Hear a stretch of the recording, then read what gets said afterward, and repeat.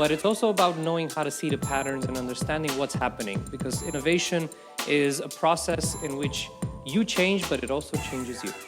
So to talk about innovation and how that applies to the future of Romania, more specifically, allow me to welcome here on stage our good friend, Karl McFaul.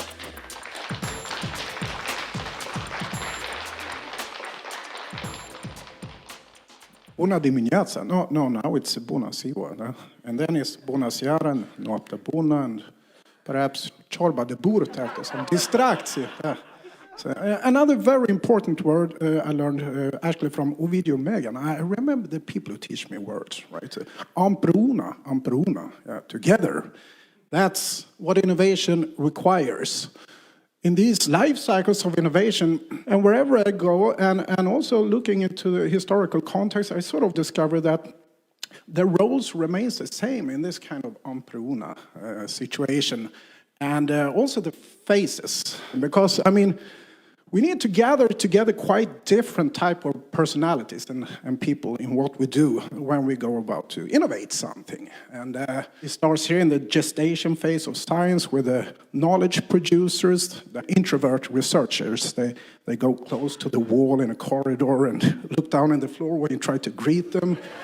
And there it starts with some kind of new insights. And on top of that comes the still quite introvert inventor or engineer who likes to sit on his chamber. He's not even out in the corridor, right? So he's fiddling with some kind of experiments on how to produce or improve a new type of technology, product, service, or a process, right? And but then comes a highly extrovert entrepreneur, thinkers, and then we have the doer, Entrepreneurs are proud doers. They make things happen, like Grazia Michalescu. But it's some people have the artistic capacity to embrace all these kind of personas into their character, and I think Grazian is such a person, highly communicative, and engages an audience and brings together different types of skills into a context where you can start to attract capital investments into a business model and make things happen. That's why we have the entrepreneur, highly communicative person, right?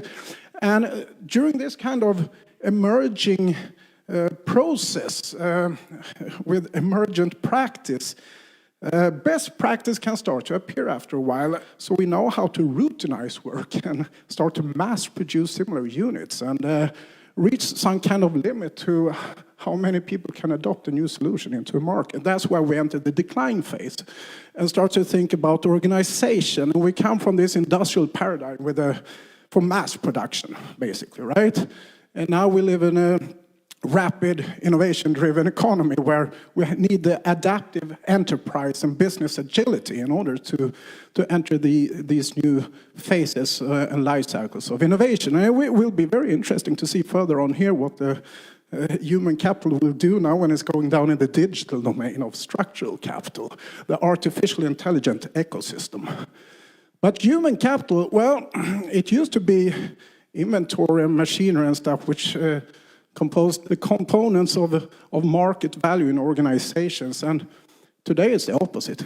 It's the components of intellectual capital, where we have then structural capital, which is the models, the methods, the business philosophy, project methodologies, information systems, databases, digital platforms, the brand, anything that sort of operates 24/7 and generates value even when the human capital is sleeping or eating or not at work.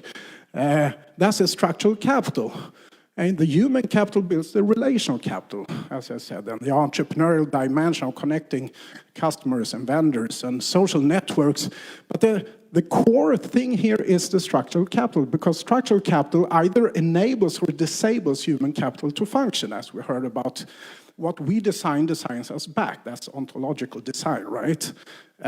And that becomes quite important when we design the structural capital of innovation systems of our nations. And the thinking that goes into this, I mean, this is a traditional triple helix model somehow in this diagram. I think it's only seven years old. It's the description of the Swedish innovation system.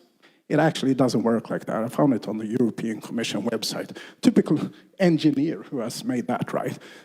Well, we have engineers making these things too now, with the notion that systems thinking, we come from that kind of top-down managerial world, and now we're into management innovation, and we realize that not only evolution, but innovation thrives when there is a combination of bottom-up and top-down processes.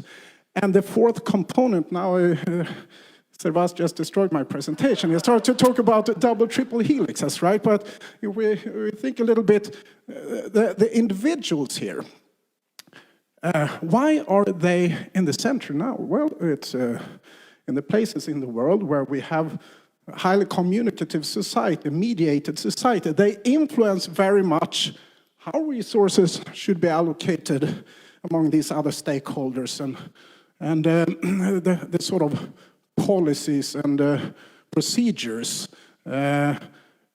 So that's the big influence now, and I would even address the drivers of change today. It's the NGOs. It's like UrbanizeHub. It's a perfect example.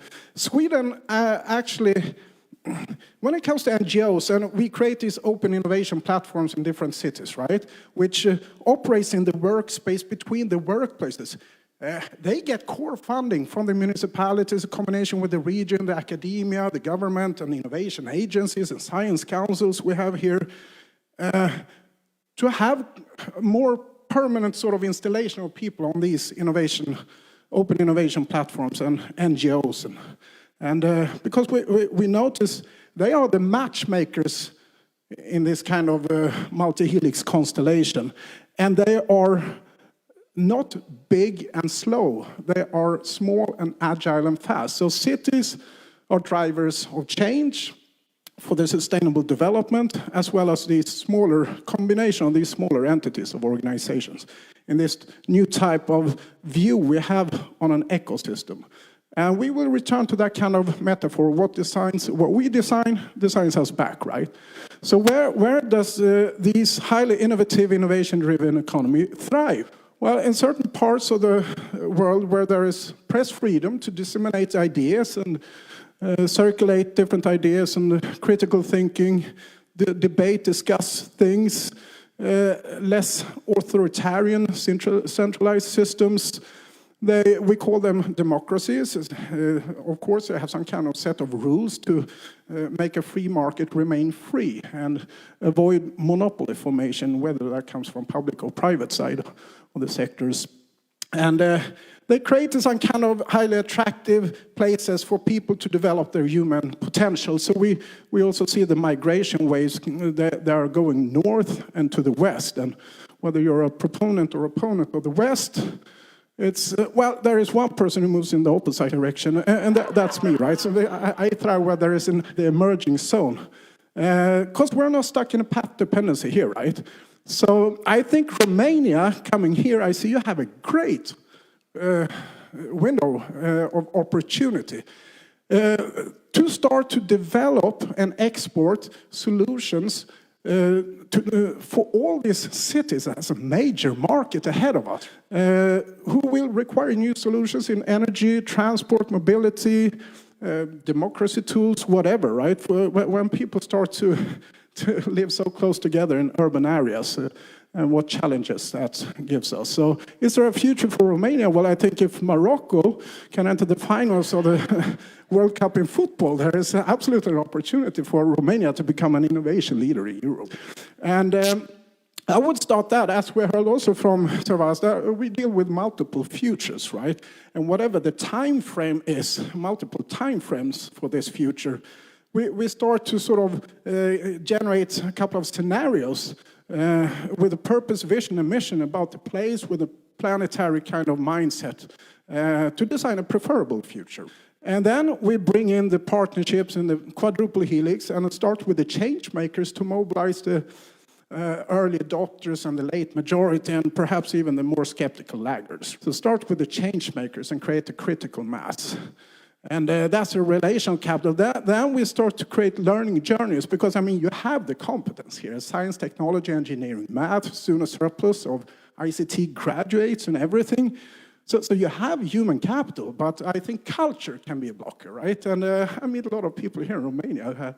I call it the Balkan pride, right? So pointing with the whole head. Oh, I know. No. They say in Transylvania. No.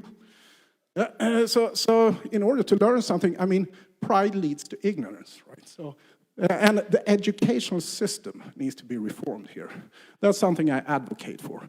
Then we come into the domain of, we start to understand collectively, right? And we create buy-in from the collective intelligence to design the strategy, tactics, and operations, and the models and methods.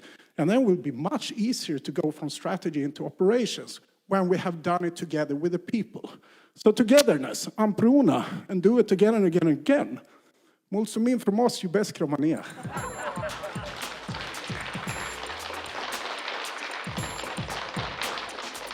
Thank you very much, Karl. So now you understand why we've named this section Prietenii Urbanized Hub, because it just fills us with joy whenever we meet with them. And Karl, Ruxandra, and Servaz have been always great sources of inspiration, and luckily we're going to have more of them later in the day.